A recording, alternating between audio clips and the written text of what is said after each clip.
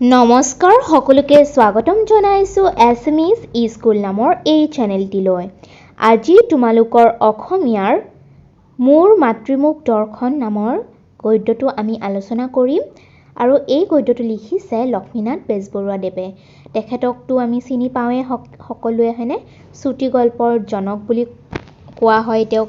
আমি সাহিত্যৰথী বা ৰসৰাজ নামেৰেও তেওঁক জানো আৰু তেওঁক আমি আধুনিক অসমীয়া সাহিত্যৰ কাণ্ডাৰী বুলিও ক'ব পাৰোঁ। তেওঁ বিভিন্ন ধৰণৰ কবিতা, নাটক, উপন্যাস, চুটি গল্প, প্ৰবন্ধ বিভিন্ন ধৰণৰ ৰচনা কৰিছিল আৰু আমাৰ অসমীয়া সাহিত্যক খুবেই চহকী কৰি থৈ গৈছে তেওঁৰ লিখনিৰে। সকলো ক্ষেত্ৰতে তেওঁ আমাৰ অসমীয়া সাহিত্যক সমৃদ্ধ কৰি গৈছে আৰু সেইটো কাৰণে আমি তেওঁক সাহিত্যৰথী বুলিও জানো। তেওঁক সাহিত্যৰথী খিতাপেৰে অভিহিত কৰা হৈছে। আৰু মোৰ জীৱন সোঁৱৰণ নামৰ তেওঁৰ যিখন আত্মজীৱনী আছে, সেই আত্মজীৱন কথাখনত তেওঁ বিভিন্ন ধৰণৰ কাহিনী উল্লেখ কৰি গৈছে আৰু তাৰেই এটা কাহিনী আমি আজি পঢ়িব পাম। আৰু নামটো মনত ৰাখিবা তোমালোকে, মোৰ জীৱন সোঁৱৰণ হৈছে তেওঁৰ আত্মজীৱনী। আত্মজীৱনী আৰু জীৱনীৰ মাজতো পাৰ্থক্য জানা হয়নে? আত্মজীৱনী যিখন নিজে লিখা হয়, নিজৰ বিষয়ে বা নিজৰ জীৱনী। আৰু ইয়াৰ উপৰিও তেওঁ বিভিন্ন ধৰণৰ গদ্য ৰচনা কৰিছিল।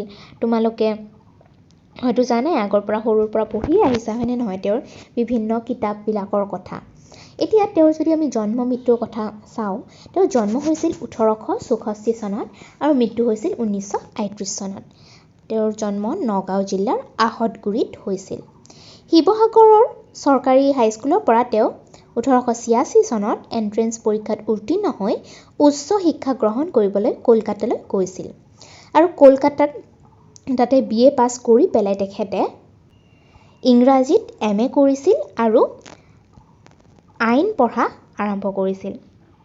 আগতে আইন পঢ়াটো বহুত কি আছিল, পপুলাৰ আছিল আৰু তেওঁ MA পাছ কৰি আইন পঢ়িবলৈ আৰম্ভ কৰিছিল। কিন্তু তেওঁ সেই ডিগ্ৰীটো কমপ্লিট নকৰিলে আৰু তাৰ পিছত বিভিন্ন ধৰণৰ ভাষা সাহিত্যৰ কাম কাজত লাগি পৰিলে আৰু কলকাতাত তেওঁ থকা কালতে এখন সভা গঠন কৰিলে, যাৰ নাম তেওঁলোকে দিছিলে অসমীয়া ভাষা উন্নতি সাধিনী সভা, য'ত অসমীয়া ভাষাটো কেনেকৈ উন্নত কৰিব পৰা যায় তাৰ এখন সভা হয়। তেওঁলোকে মিলি পেলাই বিভিন্ন ধৰণৰ অসমীয়া ভাষাটোৰ ওপৰত কাম কৰিবলৈ ইয়াৰ প্ৰতিষ্ঠা কৰিছিল। ইয়াৰ উপৰিও তেওঁ জোনাকী নামৰ আলোচনী এখন প্ৰকাশ কৰিবলৈ আগভাগ লয়। তেওঁৰ বিবাহ হৈছিল বিখ্যাত ঠাকুৰ পৰিয়ালৰ কন্যা প্ৰজ্ঞা সুন্দৰীৰ লগত। প্ৰজ্ঞা সুন্দৰী হৈছে ৰবীন্দ্ৰনাথ ঠাকুৰৰ ফেমিলিৰ এগৰাকী কন্যা আৰু তেওঁৰ লগতে এখেতৰ বিয়া হৈছিল আমাৰ লক্ষ্মীনাথ বেজবৰুৱাদেৱৰ।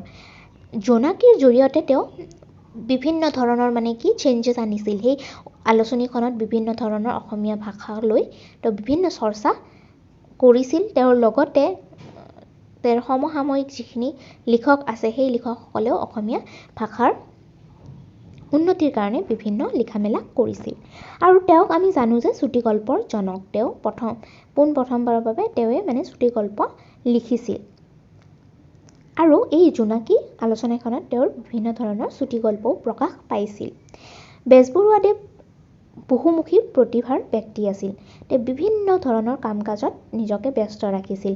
কবিতা, নাটক, চুটি গল্প, ৰম্য ৰচনা, প্ৰবন্ধ, সমালোচনা, জীৱনী বিভিন্ন ধৰণৰ সাহিত্যৰ বিভিন্ন ভাগত বিভিন্ন জনৰাত তেওঁ লিখা মেলা কৰিছিল। আৰু তেওঁৰ যিখিনি বৰঙণি আছে, সেই বৰঙণিখিনি সঁচাকৈয়ে অতুলনীয়। তেওঁৰ যদি আমি কিতাপবিলাকৰ কথা কওঁ, গ্ৰন্থসমূহৰ কথা কওঁ, তাৰে তোমালোকে নামবিলাক মনত ৰাখিব লাগিব, কাৰণ ডাইৰেক্ট প্ৰশ্ন আহে, উল্লেখ কৰিব কয় যে তেখেতৰ এখন কবিতা পুথিৰ নাম লিখা বা এনেকুৱা ধৰণৰ প্ৰশ্ন আহে, সেইকাৰণে তোমালোকে মনত ৰাখিব লাগিব। আৰু ধেমেলীয়া নাটকৰ কথা যদি কওঁ, লিটিকাই, পাচনি, নোমল, চিকৰপতি, নিকৰপতি এইবিলাক হৈছে ধেমেলীয়া নাটক। বুৰঞ্জীমূলক নাটকৰ কথা ক'লে জয়মতী কুঁৱৰী, চক্ৰধ্বজ সিংহ, বেলিমাৰ ইত্যাদি বুৰঞ্জীমূলক নাটক। তাৰপিছত উপন্যাসৰ যদি কথা কওঁ, তেনেহ'লে পদুম কুঁৱৰী এইখন এখন তেওঁ লিখা উপন্যাস। তাৰপিছত কবিতা পুথিৰ কথা ক'লে কদমকুলি, চুটি গল্পবিলাকৰ কথা ক'লে জোনবিৰি, সাধু কথাৰ কুকি, সুৰভি, কেহুকলি, এইবিলাক বিভিন্ন ধৰণৰ তেওঁ লিখা চুটি গল্প। সাধু কথা বুলি ক'লেতো আমি সকলোৱে জানো, আমি সৰুতে নিশ্চয়কৈ পঢ়িছোঁ বা শুনিছোঁ বুঢ়ী আইৰ সাধু। বুঢ়ী আইৰ সাধুখন লিখিছিলে আমাৰ লক্ষ্মীনাথ বেজবৰুৱাদেৱে। তাৰ উপৰিও ককা দেউতা আৰু নাতি ল'ৰা, জুনুকা, এইবিলাক বিভিন্ন ধৰণৰ সাধুকথাৰ পুথি। হাস্য ব্যংগ ৰচনা তেওঁ বহুত লিখিছিল আৰু কৃপাবৰ বৰবৰুৱা বুলি নাম দি পেলাই ছদ্মনামত এই হাস্য ব্যংগ ৰচনাবিলাক তেওঁ ৰচনা কৰিছিল। নামবিলাক হৈছে কৃপাবৰ বৰবৰুৱাৰ কাকতৰ টোপোলা, কৃপাবৰ বৰুৱাৰ উভতনি, বৰবৰুৱাৰ বুলনি, বৰবৰুৱাৰ ভাৱৰ বুৰবুৰণি, এনেকুৱা বিভিন্ন ধৰণৰ হাস্য ব্যংগ পুথি তেওঁ লিখিছিল। জীৱনীৰ কথা ক'লে তেখেতে আমাৰ মহাপুৰুষ শংকৰদেৱ মাধৱদেৱৰ ওপৰতো বিভিন্ন ৰচনা তেওঁ কৰি গৈছে। ডাঙৰীয়া দীননাথ বেজবৰুৱাৰ সংক্ষিপ্ত জীৱন চৰিতখনো তেওঁ লিখিছে। শ্ৰী শ্ৰী শংকৰদেৱ আৰু মহাপুৰুষ শ্ৰীমন্ত শংকৰদেৱ আৰু শ্ৰী মাধৱদেৱ, এইকেইখন জীৱনীও তেওঁ লিখিছিল। আত্মজীৱনীৰ কথা ক'লে আমি ক'লোৱে যে মোৰ জীৱন সোঁৱৰণ। ইয়াৰ উপৰি তত্ত্বমূলক গ্ৰন্থবিলাক যদি চাওঁ তেনেহ'লে তত্ত্বকথা, শ্ৰীকৃষ্ণ কথা, এইবিলাকো তেওঁ ৰচনা কৰিছিল। আৰু বাঁহী নামৰ এখন আলোচনী আছিল, সেই বাঁহী আলোচনীৰ তেওঁ সম্পাদনা কৰিছিল, তেওঁ সম্পাদক হিচাপে কাম কৰিছিল বাঁহী আলোচনীখনৰ। আৰু 1924 চনত গুৱাহাটীত অনুষ্ঠিত অসম সাহিত্য সভাৰ অধিৱেশনত তেওঁ সভাপতিত্ব কৰিছিল। আমি জানো যে হয় নহয় 2 বছৰৰ মূৰে মূৰে সাহিত্য সভা, সেই সাহিত্য সভা যেতিয়া গুৱাহাটীত অধিৱেশন হৈছিল, সেই অধিৱেশনত তেওঁ সভাপতি হিচাপে নিৰ্বাচিত কৰা হৈছিল 1924 চনত। আৰু আজি যিটো আমি গদ্য পঢ়িম, সেই মোৰ মাতৃ মোক দৰ্শন, এই মানে শীৰ্ষক যিটো কাহিনী, সেই কাহিনীটো তেওঁ 7টা খণ্ডত ৰচনা কৰিছিল। আৰু তাৰে আমি 3টা খণ্ডহে আজি পঢ়িব পাম আমাৰ এই চেপ্টাৰটোত। ঠিক আছে, আমি বেছি দেৰি নকৰি আৰম্ভ কৰোঁ। প্ৰথম অধ্যায়টো আমি চাই লওঁ। 1.5 কুৰি কি 2 কুৰি বছৰৰ মূৰত এইবাৰ মোৰ মাতৃ মোক দৰ্শন ঘটিল। 1.5 কুৰি মানে 30 বছৰ, 2 কুৰি মানে 40 বছৰ, 1 কুৰিত কিমান থাকে? 20টা বছৰ থাকে, হয়নে? জানা নহয় 1 কুৰি 2 কুৰি আমাৰ আইতা ককাহঁতে ব্যৱহাৰ কৰিছিল নহয় কুৰি। 1.5 কুৰি কি 2 কুৰি মানে 30ৰ পৰা 40 বছৰমান হৈ গ'ল। আৰু তাৰ পিছত এইবাৰ মোৰ মাতৃ মোক দৰ্শন ঘটিল, মোৰ মানে মাতৃৰ লগত মানে মোৰ দৰ্শনটো সম্ভৱপৰ হৈ উঠিল। ইমান বছৰ মই মোৰ জীৱনটো বাহিৰে বাহিৰে কটায়ে বুঢ়া কৰিলোঁ। আৰু লক্ষ্মীনাথ বেজবৰুৱাদেৱে নিজৰ পঢ়া পাতিৰ কাৰণে হওক, চাকৰিৰ কাৰণে হওক, বিভিন্ন কামত ব্যস্ত থকাৰ কাৰণে তেওঁ ঘৰৰ পৰা বাহিৰে বাহিৰে থাকিবলগীয়া হ'ল। সেইকাৰণে তেওঁ কৈছে যে 30টা 40টা বছৰমান মই মানে মাক দেখাই পোৱা নাই। ইমান বছৰৰ মূৰত মই মাক মানে মাতৃ মোক দৰ্শন হোৱা বুলি ক'ব পাৰি। আৰু এনেকৈ মই মানে নিজৰ কাম কাজত ব্যস্ত থাকি পেলাই ঘৰৰ পৰা বাহিৰে বাহিৰে থাকিয়ে কটালোঁ। আৰু এনেকৈ বুঢ়াই হৈ আহিলোঁ বুলি ক'লে। কাৰ্যটোক নিশ্চয় আপচো। আৰু এই কাৰ্যটো তেওঁ যে কৰিছে, সেই কাৰ্যটো খুবেই মানে আপচো বা কুৎসিত, শুনিবলৈ বেয়া। মানে এইটো ভাল কাম কৰা নাই তেখেতে, ঘৰৰ বাহিৰে বাহিৰে আছে বা নিজৰ ঘৰৰ মানুহখিনিক টাইম দিয়া নাই, সেইটো এটা বেয়া কথা, শুনিবলৈ বৰ বেয়া কথা বুলি কৈছে। আপচো মানে কুৎসিত বা শুনিবলৈ বেয়া কথা। কিন্তু কিয় যে তেনে হৈছিল তাৰ সন্তোষজনক কৈফিয়ত মই দিব নোৱাৰোঁ। কিন্তু তেওঁ কৈছে যে মই নাজানো কিয় বা মই এনেকুৱা কৰিলোঁ, তাৰ মোৰ একো এক্সকিউজ নাই, কৈফিয়ত নাই। কিয় এনেকুৱা কৰিছোঁ তাৰ বাবে মই একো মানে বাহানা দিব নোৱাৰোঁ, এনেকুৱাকৈ কৈছে। মহাপুৰুষৰ কীৰ্তনঘোষাত আছে, নকৰিলোঁ শিৰে মাধৱক নমস্কাৰ, ইটো মাথাপোত মোৰ ভৈল মহাভাৰ, ইত্যাদি পদবোৰো মোৰ বিষয়ে খটাই চলাই দিব পাৰি। মাথোন মাধৱৰ ঠাইত মাতৃ শব্দটো বহুৱাই দিলেই হ'ব।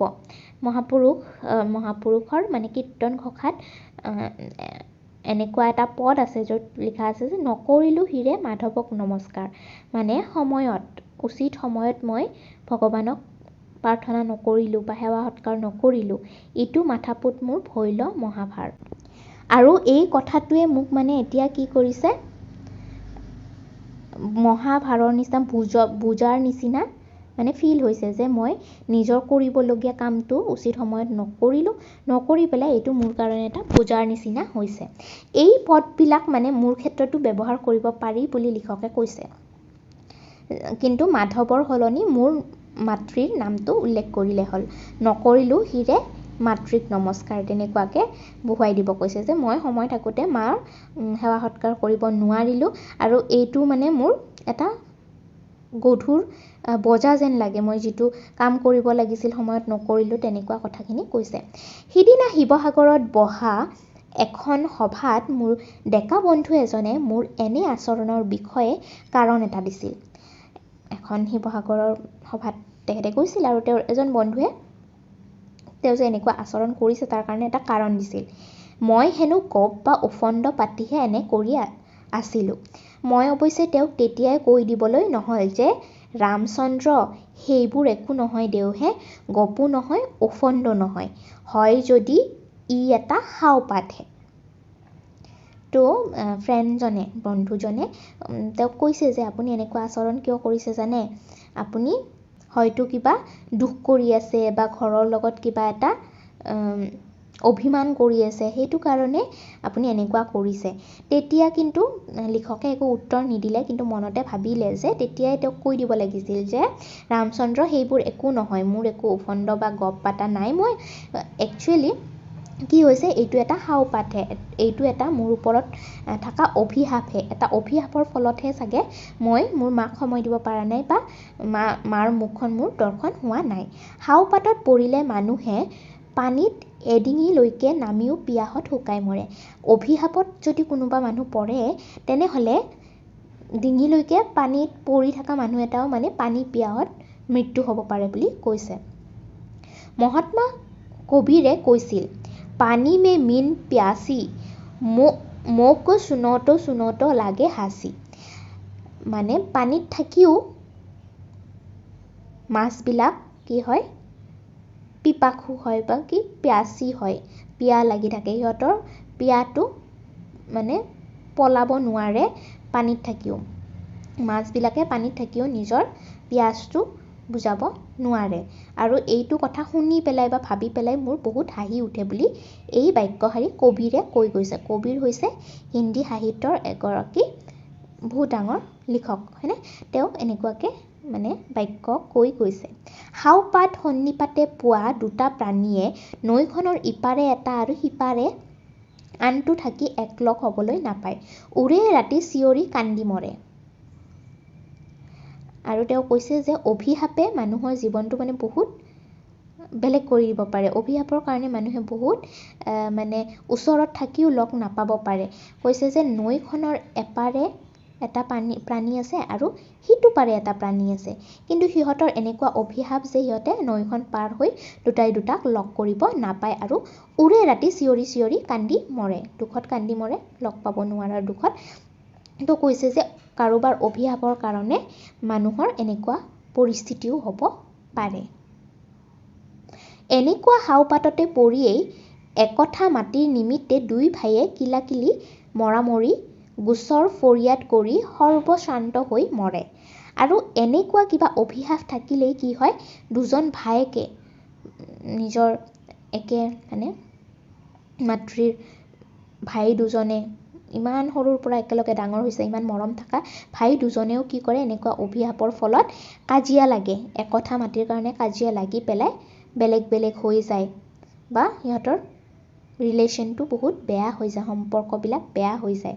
তথাপি আপোচে মিটমাট কৰি মিলিজুলি পৈতৃক সম্পত্তি খাই মিলি থাকিব নোৱাৰে। কিন্তু এইটোৱে আফচোচ যে সিহঁতে মিলি পেলাই এক কথাই মাতি আছে, দুয়ো ভাই আমি লগ হৈ থাকোঁ দিয়া, তেনেকৈ মিলি থাকিব নোৱাৰে। সৰু সৰু কথাতে কাজিয়া লাগি সম্পৰ্কবিলাক বেয়া কৰি পেলায়। আৰু লিখকে ক'ব বিচাৰিছে যে এইবিলাক কিয় হয়, আমি কৰা কি আমাৰ ওপৰত থকা অভিশাপ কিছুমানৰ কাৰণে হয় বুলি তেওঁ কৈছে। এনে সাওপাতৰ নিমিত্তেই দুৰ্যোধনে 5 পাণ্ডৱক 5খন গাঁও দিয়ক 4 বেজীৰ পুৰুষটোৱে থাকিব পৰা মাটিকণ পৰ্যন্ত নিদিওঁ বুলি যুঁজ কৰি মৰিল। আৰু এনেকুৱাই কিবা অভিশাপৰ কাৰণতে মহাভাৰতৰ যুদ্ধ হৈছিল বুলি তেওঁ উল্লেখ কৰিছে যে দুৰ্যোধনে কৈছিল, দুৰ্যোধনৰোতো ভাতৃয়ে আছিল যুধিষ্ঠিৰ, হয়নে, খুৰাকৰ ল'ৰা আছিল। তথাপিও এই কিবা অভিশাপৰ কাৰণে দুৰ্যোধনে কি কৈছিল, 5 ভাইক বা পঞ্চ পাণ্ডৱক 5খন গাঁও কি 4 আঙুল মাটি বা এটা বেজীৰ সমান মাটিও নিদিওঁ বুলি কৈছিল। আৰু তাৰ ফলতে এই ডাঙৰকে মহাভাৰতৰ যুদ্ধ হৈ পেলাই গোটেই কৌৰৱৰ কি হৈছিল, মৃত্যু হৈছিল। হাওপাত বা খোদাৰ গজপত পৰি 2 ভাই হিন্দু মুছলমানে ফুটুকাৰ ফেন সোপা বা নকটা খেৰৰ 900 মুঠিৰ ভাগ বিচাৰি মিছাতে দ্বন্দ্ব হাই কটাকটি কৰি মৰি লোকৰ হাঁহিয়াতৰ পাত্ৰ হ'ব লাগিছে। কাৰোবাৰ অভিশাপত পৰি বা ভগৱানৰ মহিমাত হিন্দু মুছলমান দুজনেও কি কৰে, সৰু সৰু কথাতে, যিটো কথাত কাজিয়া লগাৰ কোনো প্ৰয়োজন নাই, সেই কথাতে কাজিয়া লাগি পেলাই কটাকটি কৰি মৰে কেতিয়াবা, আৰু কেতিয়াবা মানুহৰ হাঁহিয়াতৰ পাত্ৰও হৈ পৰে। তথাপি তেওঁলোকৰ গালৈ চেতন অহা নাই। কিন্তু তথাপিও মানুহখিনিয়ে সেইখিনি বুজি নাপায় যে এইটো যে কিবা অভিশাপৰ ফলত হৈছে বা আমি এইটো কৰা উচিত নহয়। মথুৰা আৰু বৃন্দাবনৰ মাজত ব্যৱধান 6 মাইল কি 10 মাইল। বিধিৰ এনে বিধানতে পৰিয়েই বৃন্দাবন চন্দ্ৰই এই ফেৰাকে দেই মথুৰাৰ পৰা গৈ বৃন্দাবনত মাক বাপেক আৰু গোপীসকলক দেখা দিব পৰা নাছিল। আমি শ্ৰীকৃষ্ণৰ কাহিনীবিলাকতো শুনিছোনে নাই? শ্ৰীকৃষ্ণই কি কৰিছিল, মথুৰাত থাকিবলগীয়া হৈছিল নহয়, আৰু থাকোঁতে বৃন্দাবনত তেওঁৰ মাতৃ আছিল, পিতৃ আছিল, প্ৰেমিকা আছিল, কিন্তু তেওঁ আহিব পৰা নাছিল মথুৰাৰ পৰা। মথুৰা আৰু বৃন্দাবনৰ দূৰত্ব প্ৰায় 6 মাইলৰ পৰা 10 মাইলমান হ'ব, বেছি দূৰো নহয়। তথাপিও শ্ৰীকৃষ্ণই দেখা দিবলৈ আহিব পৰা নাছিল, বৃন্দাবনলৈ আহিব পৰা নাছিল। সাঁতোৰা বিদ্যাত পানীৰ পোক যেন একোজন নিয়তিৰ হাতত পৰি একাঠু পানীত পৰি বুৰি মৰে। আৰু কেতিয়াবা এনেকুৱা হয়, কিছুমান সাঁতুৰিব জানা মানুহেও অভিশাপত পৰি পেলাই বা নিয়তিৰ হাতত পৰি পেলাই একাঠু পানীটো বুৰ যাব পাৰে বা একাঠু পানীটো মৃত্যুমুখত পৰিব পাৰে। বিধিলিপি অগ্ৰাহ্য কৰিব নোৱাৰিয়ে অমুক লক্ষপতিয়ে ধন খৰচৰ ভয়ত লঘোণে থাকি আঠুমূৰীয়া চুৰিয়া পিন্ধি জীৱন কটায়। আৰু আমাৰ যিবিলাক লিখা আছে, বিধিৰ লিখন, সেই বিধিৰ লিখনটো অগ্ৰাহ্য কৰিব নোৱাৰি, চেঞ্জ কৰিবলৈ নোৱাৰি, বহুতো লক্ষপতিয়েও আকৌ কি কৰে, লঘোণে থাকি পেলাই চুৰিয়া পিন্ধি পেলাই নিজৰ জীৱনটো কটায়। এনে হাওপাতৰ পাকত পৰিয়েই অমুক মাৰোৱাৰী মহাজনে ডাক্তৰক ভিজিট দিবৰ ভয়ত ধন আৰু নোটেৰে খুন্দা খাই থকা লৌৰ পেৰাৰ সঁচাৰ কাঠিটো নিজৰ গাৰুৰ তলত থৈ ডাক্তৰক নামাতি লেকেটীয়া নৰিয়াত ভুগি মৰি যায়। আৰু এনে গড়ৰ হাওপাতত পৰিয়েই 600 ৰূপ দৰমহা পোৱা অমুক চব্জজে খৰচৰ ভয়ত জাৰকালি মাথোন ফটা কথা এখন গাত মেৰিয়াই লৈয়ে ছালপীৰাত বহি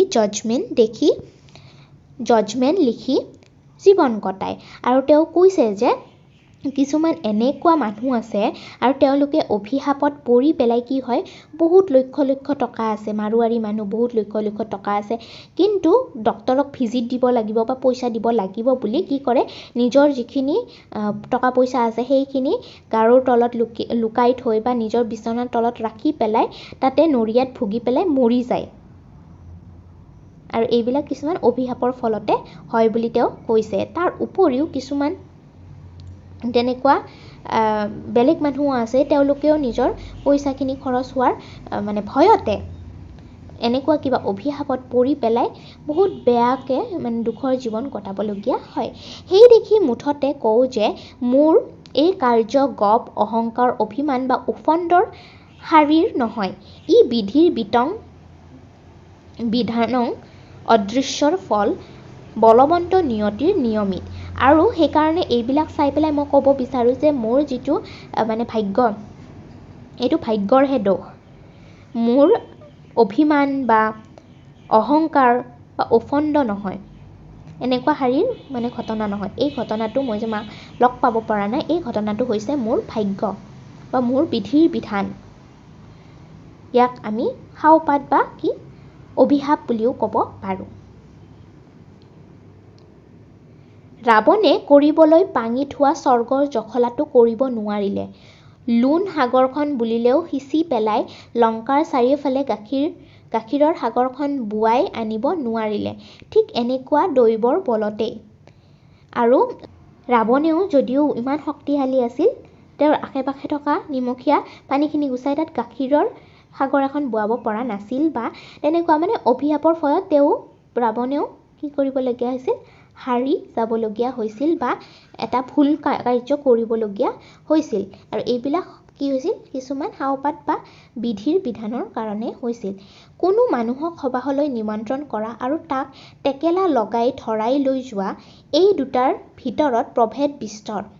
নিমন্ত্ৰণ পাওঁতাজনৰ সবাহলৈ যাবৰ মন থাকিলেও আৰু সবাহত তেওঁৰ অপাৰ আনন্দ লাভৰ সম্পূৰ্ণ আগন্তুক থাকিলেও অনেক সময়ত এলাহ, ভাগৰ, থেৰ-গেৰ ইত্যাদি ১০০ এটা মনে গঢ়া আহুকাল তাৰ ভিতৰত সোমাই সেইবোৰে জুমুৰি দি ধৰি গোটেইখন খেলিমেলি লগাই তাত ব্যাঘাত জন্মায়। কিন্তু তেওঁক ধৰি লৈ যাবলৈ অহা টেকেলাৰ লাখুটিৰ লগত সেই মকৰা জালবোল আৰু থাকিব নোৱাৰে।